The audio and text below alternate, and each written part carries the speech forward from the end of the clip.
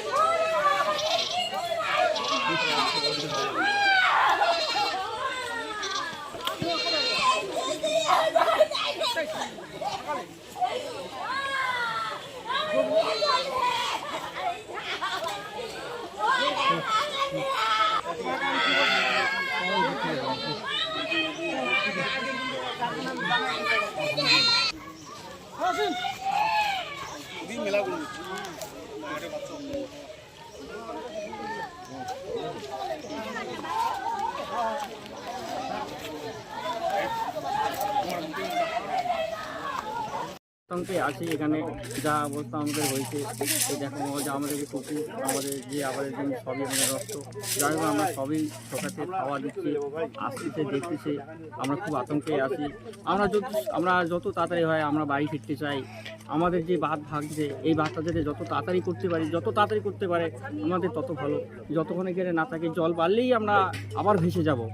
এই আমাদের তো কিন্তু অস্তিত্ব নাই। আমাদের যা ফসল, যা আমাদের বাড়ি ঘর সব ভেঙে চুরমার হয়ে গেছে। এখন আমরা বাধ্য হয়ে আমাদের সে লাইনের পাশে আমাদের থাকতে হচ্ছে।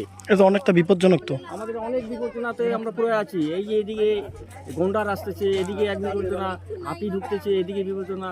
মনে করি যে বাঁধটা ভেঙে যাচ্ছে, বাঁধটা যত তাড়াতাড়ি, যত দ্রুতভাবে কাজ যত তাড়াতাড়ি হয় তত আমাদের ভালো। তাহলে আমরা বাড়ি ফিরতে পারবো। এখানে আমাদের রাস্তা লাইনের ধারে আছি। এই কি অবস্থাতে আছেন এখন? খুব অবস্থা খারাপ। এখন আমি বাড়ি যাইতে চাই।